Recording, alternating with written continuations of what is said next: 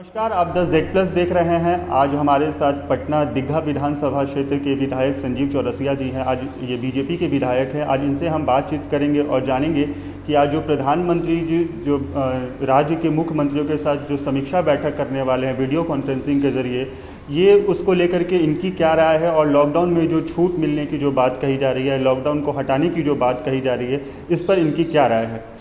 Sir, lockdown को में ढील और लॉकडाउन को ख़त्म करने पर आज हो सके कि प्रधानमंत्री जी चर्चा करने वाले हैं, समीक्षा बैठक करने वाले हैं। इसको आप क्या समझते हैं कि लॉकडाउन में देश की जनता को इसमें छूट मिलेगी आज जो समीक्षा बैठक होगी उसके बाद? निश्चित तौर पर लगातार माननीय प्रधानमंत्री जी सभी माननीय मुख्यमंत्रियों से चर्चा के उपरांत ही इस देश के अंतर्गत एक निर्णय लेने का काम करते हैं और उसका परिणाम भी बहुत सकारात्मक और दृढ़तापूर्वक संकल्पित के साथ और संकल्प के साथ देश में दिखाई देता है। तो माननीय प्रधानमंत्री जी जिन जिन बातों को संज्ञान प्रांत के द्वारा भी आता है और जो गरीब के कल्याण के निमित्त जिन जिन योजनाओं को भी साथ में समावेश करते हुए, क्योंकि इस बातों को ध्यान में रहता है कि आपको याद होगा कि लॉकडाउन फेज़ 1, फेज़ 2, फेज़ 3 अलग अलग प्रकार से जो रहे हैं, तो उसका परिणाम और परिणति यही हुआ है कि उसका सकारात्मक परिणाम भी आए हैं और रोजगार उन्मुख जो विषय रहे हैं उसको भी रिलैक्सेशन अलग अलग जगह पे देने का काम हुआ है। तो विषय यह रहता है कि लॉकडाउन क्रमशः जो माननीय प्रधानमंत्री जी के नेतृत्व में निर्णय के उपरांत जो निर्णय हुए हैं, अब जैसे आप देखिए कि श्रमिकों का रेल से भेजने का काम हुआ, छात्रों का काम हुआ, फिर अलग अलग पॉइंट्स में कुछ रोजगार सृजन के दृष्टि से चूँकि उस योजना को भी प्रारंभ करना गरीबों के लिए वो सब भी प्राथमिक एक विषय था, तो वो सब भी अलग अलग प्रकार से कुछ शर्तों के साथ खोलने का निर्णय हुआ है। तो आज ये भी अपेक्षा कर सकते हैं कि अलग अलग प्रांतों में जो ग्रीन जोन है, ऑरेंज जोन है, रेड जोन है, तो प्रांत का निर्णय और जिलों का निर्णय, तो हर सब जगह का कैटेगराइज निर्णय जो है वो प्रांत भी करेगी। तो सकारात्मक भाव से हम ये मानते हैं कि माननीय प्रधानमंत्री जी हर निर्णय को और दृढ़तापूर्वक पालन करवाने का काम करेंगे।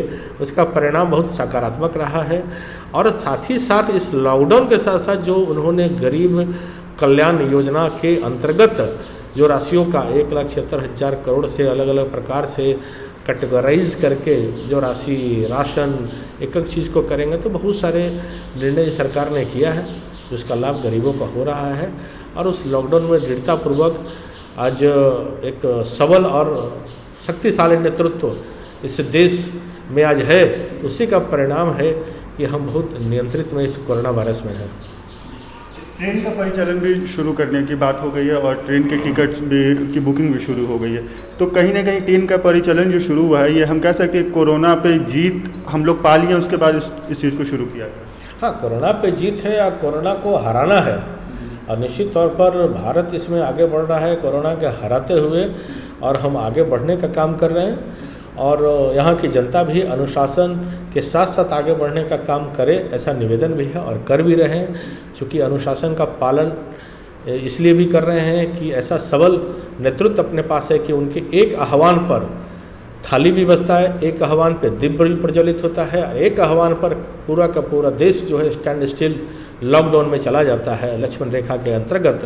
तो ये सबल नेतृत्व का ही संदेश के कारण ही माननीय प्रधानमंत्री जी के कारण ही इस प्रकार से जाता है। तो आज कोरोना का विजय का पताका जो कि हम लोगों ने विजय पाया है और ट्रेनों का चालन है और जो भी परिचालन है सब धीरे धीरे प्रारंभ होगा है, पर इसी कोरोना के साथ जीते हुए कोरोना को हराते हुए हमको आगे बढ़ने का काम करना है। आपको नहीं लगता है कि ये जो ट्रेन का जो परिचालन शुरू होगा इससे संक्रमण पर खतरा बढ़ जाएगा? नहीं, उसमें सोशल डिस्टेंसिंग फिजिकल डिस्टेंसिंग का जो शब्द हम लोग प्रयोग करना चाहिए, फिजिकल डिस्टेंसिंग का अनुपालन करते हुए, इसी के लिए काउंटर से टिकट के लिए नहीं बोला गया है। ये बोला गया है कि जो रिजर्वेशन जो काउंटर से जो उपलब्ध होगा, जैसे ट्रेनों से जो लाई गए हैं जिन लोगों को कि एक बर्थ पे 2 लोग अलग अलग प्रकार से, एक बर्थ पे तो है ही, जो सीटिंग वाले में रहेंगे तो मात्र 1 लोग बैठेंगे, अलग अलग प्रकार से 2 लोग कहीं बैठेंगे, तो जो फिजिकल डिस्टेंसिंग को मेंटेन करते हुए ट्रेन का परिचालन को भी आगे बढ़ाने का काम हुआ है। ये इसलिए भी आवश्यक है कि इस विषय पर और कोरोना से विषय को रहते हुए पालन करते हुए हमको बढ़ना है, कोरोना को हराना है और हर चीज़ फिजिकल डिस्टेंसिंग के साथ हमको आगे बढ़ाने का काम करना है। सर, बीते दिनों हमने देखा था कांग्रेस के एक जो नेता थे, उन्होंने कहा था कि प्रधानमंत्री जो पीएम केयर फंड्स है उसकी जो है वो पारदर्शिता उसकी बढ़ाई जाए, उसकी पारदर्शिता हो।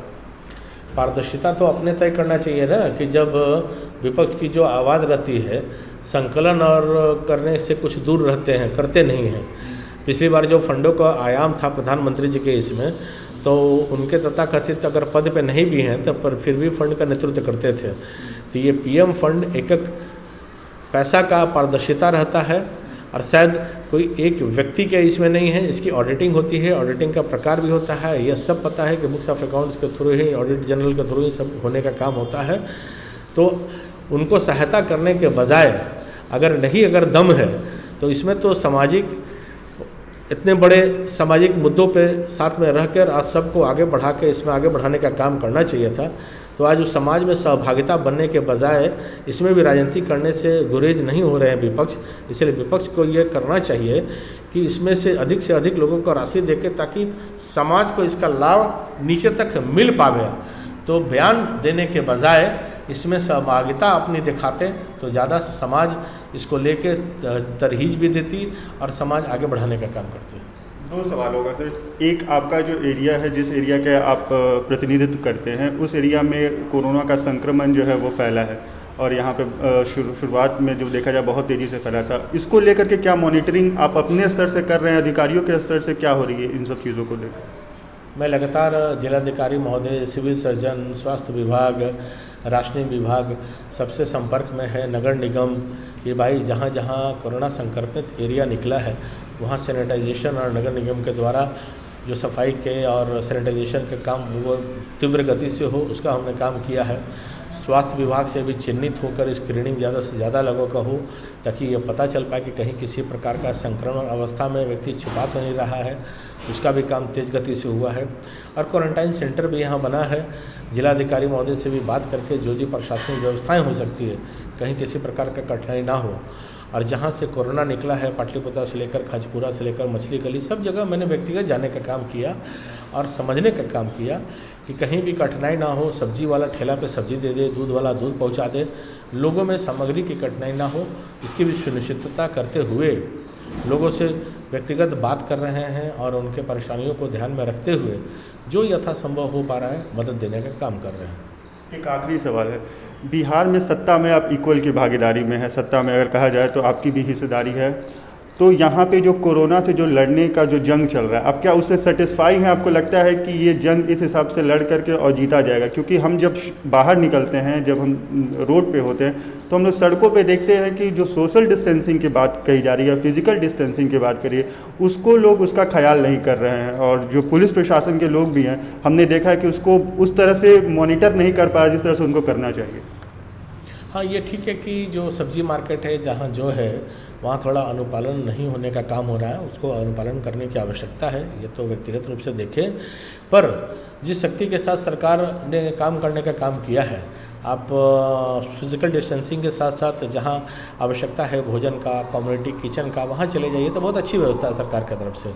मैं व्यक्तिगत रूप से भी घूमता हूँ, पटना हाई स्कूल है, शास्त्री नगर है, केबीस है। कुछ ऐसे जगह के भी विजुअल्स हमारे पास आए हैं जहाँ पे क्वारंटीन सेंटर में खाने को लेकर के जो वहाँ पे जो संक्रमित है, जिनको संक्रमण का जिन पे संदेह है, वो वहाँ पे रखे गए थे, वो मतलब विद्रोह कर रहे थे, वहाँ पे उनको खाना नहीं मिल रहा है प्रॉपर तरीके से। ऐसी विजुअल्स हमारे पास आए हैं। पता नहीं, खैर मैं तो अपने क्षेत्र का जानता हूँ कि मेरे क्षेत्र में तो बहुत ही अच्छे से हो रहा है, और जगह के बहुत बता नहीं सकते हैं, पर हम अपने क्षेत्र में जहाँ जहाँ देखे हैं बहुत अच्छी व्यवस्थाएं हैं। जो सरकार की तरफ से थाली दी गई है, मच्छरदानी दी गई है, मग दिया गया है, साबुन दिया गया है, सब प्रकार से व्यवस्थाएं बहुत उत्कृष्ट प्रकार की है, वो हमने निश्चित तौर पर देखने का भी काम किया है।